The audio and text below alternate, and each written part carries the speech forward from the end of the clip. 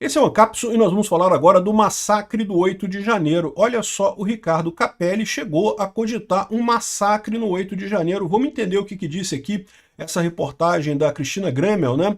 A jornalista lá da Gazeta do Povo. Muito bacana a reportagem, realmente assustador a situação.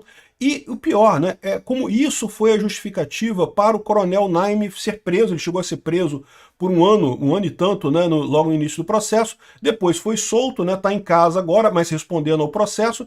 E agora estão querendo prender ele de novo, porque a esposa dele entregou essa informação que o pessoal não gostou desse caso aqui. Vamos entender essa situação aqui, porque realmente é mais um absurdo em cima de tantos absurdos que a gente tem nesse caso, né? Essa notícia foi sugerida por E se inscreva aqui no canal, quanto maior o amor, mais caro o seu custo, e várias outras pessoas. Obrigado aí ao pessoal que sugeriu notícias lá no nosso site, no visãolibertaria.com, e obrigado a você que está assistindo o nosso vídeo. Se você gosta do nosso conteúdo, por favor, deixe o seu like e se inscreva aqui no canal, né? Pois bem, a denúncia foi que no dia 8/1 houve uma ordem da PM para usar munição letal, né? Olha só, eu assisti a entrevista da moça, da Mariana Naime, e a minha interpretação não foi essa não. Não chegou a ser dada a ordem, mas houve a autorização para usar munição letal e havia um incentivo para que ele fizesse isso. Então não houve propriamente uma ordem para usar. Mas não deixa de ser um absurdo, né? Usar munição letal contra a população é uma coisa que, pô, só chinês fez isso lá na Praça da Praia Celestial, e outros regimes totalitários fazem isso aí pelo mundo, né? E o incentivo para ele usar esse negócio é demonstrado até pelo fato dele ter sido preso depois, porque supostamente ele foi preso depois porque o Ricardo Capelli teria reclamado que ele foi muito mole na contenção das pessoas no dia 8 de janeiro, né? Vamos entender que, pô, realmente a coisa é absurda, tá? A entrevista dela tá aqui nesse vídeo, é só você procurar lá no canal do Gazeta do Povo, tem a entrevista inteira da moça aqui com a Cristina Gremel, e aí explica a coisa toda. Mas eu vou contar para vocês essa história, porque isso aqui não é novo, tá? Essa entrevista dela com a Cristina Gremel aconteceu, na verdade, no dia 25 de agosto. Tá aqui no Instagram da Cristina Gremel e também da própria menina lá, da Mariana Naime. As duas têm essa entrevista e justamente ela deu essa entrevista naquela ocasião. E nessa ocasião ela teria dito exatamente isso, né? Que o Coronel Naime, ele não tinha nada a ver com nada, ele estava de folga no dia, estava em casa, na casa dele, e aí o pessoal pediu socorro, porque olha só, invadiram a Praça dos Três Poderes aqui, coisa e tal, tá dando uma confusão danada em Brasília, por favor, ajude a gente a conter esse negócio, né? E aí o Coronel Naime, para ajudar a coisa toda, né, pegou e foi lá, botou a farda dele, saiu de casa e coisa e tal, no horário de folga dele, e foi lá para ajudar na eventual ação, né? E é aquilo que eu falo sempre para vocês, eu falo isso, que o problema do funcionário público não é o funcionário público em si, é o incentivo que o funcionário público tem. É o que eu falo sempre para vocês, o funcionário público tem todo o incentivo para não fazer nada. Se você não fizer nada, você não pode ser demitido. Mas se você fizer alguma coisa, corre o risco de você tomar culpa. E foi exatamente o que aconteceu no caso do Coronel Naime. É um exemplo disso que acontece todos os dias, em todas as repartições públicas no Brasil, em tudo quanto é escritório brasileiro de coisa, o tempo todo. O funcionário público que resolve, não, vou ajudar, vou resolver um problema aqui, vou realmente fazer essa coisa andar. Esse cara tá fudido. Esse cara, se fizer algum erro, e somos todos humanos, sempre podemos cometer erros, ele vai ser processado por isso, e não vai ganhar nada no final das contas, né? A diferença para a iniciativa privada é isso. Na iniciativa privada vale a pena você ter iniciativa, você resolver o problema, porque se você resolver o problema, você pode ganhar uma promoção, você pode ganhar um aumento, você pode ganhar um favor qualquer. No serviço público não tem isso, você não ganha nada. Então se você fizer a coisa toda ali, você não ganha nada. Se você não fizer nada, você não perde nada. E não tem o risco de ser processado por alguma coisa. Então, se o Coronel Naime tivesse ligado e falado, olha só, vou não, tô aqui em casa, é minha folga hoje, eu tô aqui no batizado do cachorro do meu primo, e tô aqui, não posso sair agora, e tenho um compromisso muito urgente depois, tem o casamento da cachorra, da tia, da prima do meu vizinho, e enfim, não posso ir agora, né? Tivesse ele falado isso, estava hoje em dia tranquilo com o carguinho dele, sem problema nenhum, sem estar respondendo a nada. É o problema da administração pública. Mas enfim, o cara foi lá para resolver a situação, né? E aí estava fazendo toda a coisa. Quando ele chegou na esplanada, já estava tudo invadido, tudo quebrado, o problema já tinha acontecido. O que ele ajudou foi justamente no manejamento para tirar as pessoas ali dos prédios públicos, né? Prendeu algumas pessoas, outras foram retiradas em direção lá ao acampamento lá do pessoal lá no quartel lá em Brasília. E havia, sim, alguma resistência dessas pessoas. Muitos não queriam sair, coisa e tal. Mas a polícia foi devagarzinho empurrando eles, né? E aí, o que ela conta é que, em determinado momento, estava o Coronel Naime e o Ricardo Capelli, que foi nomeado interventor naquele momento. Lembra? No mesmo dia 8, né? Enquanto estava acontecendo a coisa toda, o Alexandre de Moraes determinou a intervenção no Distrito Federal, suspendeu o mandato do Ibanez Rocha e não sei o que lá, e decretou a intervenção e nomeou o Ricardo Capelli como interventor. O Ricardo Capelli era, na ocasião, secretário do Flávio Dino, muito próximo ao Flávio Dino, inclusive, né?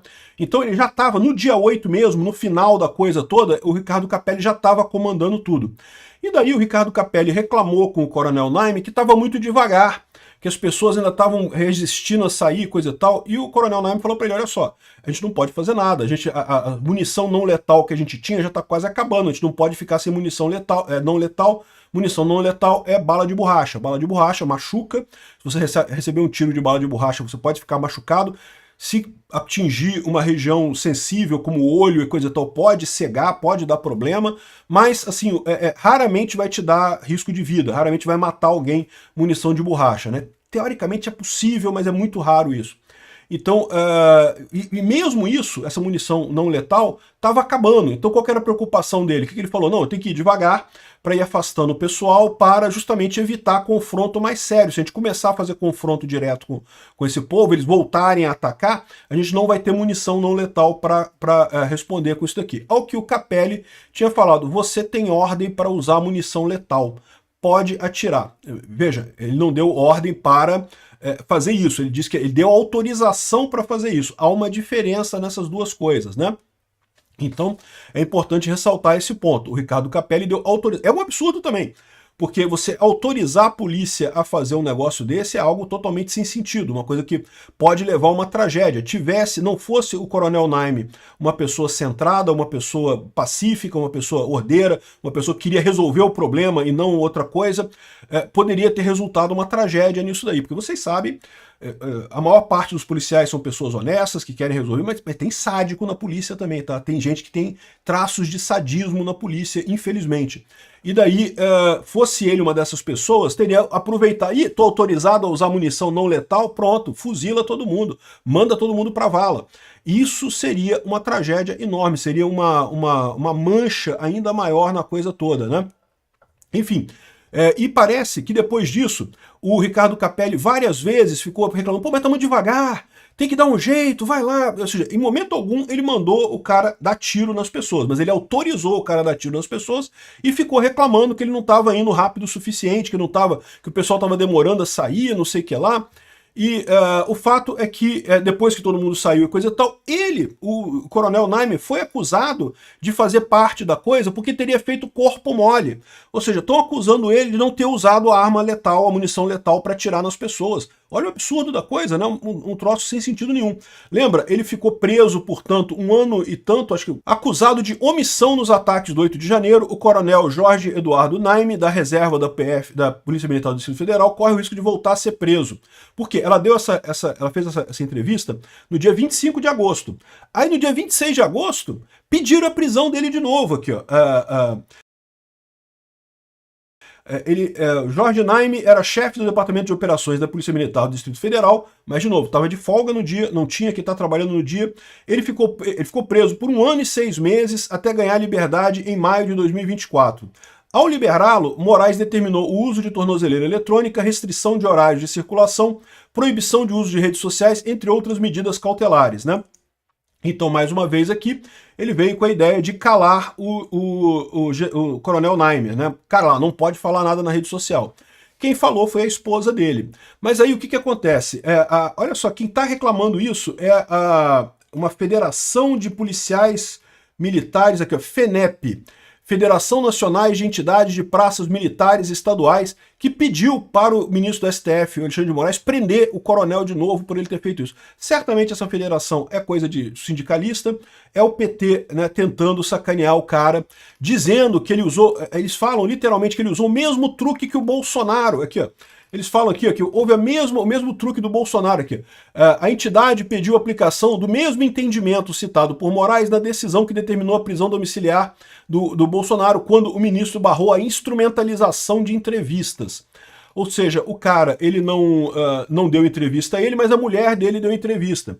E parece que em determinados momentos da entrevista, ela consultou um assessor que estaria com ela ali no local. Então estão dizendo que esse assessor era o Naime, né? E não era o Naime, ou pelo menos ela disse que não era o Naime, então não tem nada a ver. Veja, já seria um absurdo esse tipo de coisa, porque ela não tem nada a ver com esse processo. Ela não é acusada de nada, ela tem o direito de falar o que ela quiser e consultar quem quer que seja para falar, né? Essa ideia do Alexandre de Moraes de calar as pessoas, que se a pessoa procura dar a versão dela da coisa, é um absurdo e não sei o que lá. Enfim, deram essa entrevista, a PGR foi contra a prisão do Naime. Aqui, ó, a PGR é contra a prisão do coronel acusado de usar a mulher para driblar o Alexandre de Moraes. Então, aqui já é do dia 30/8, então, ou seja, a entrevista original aconteceu no dia 25 de agosto.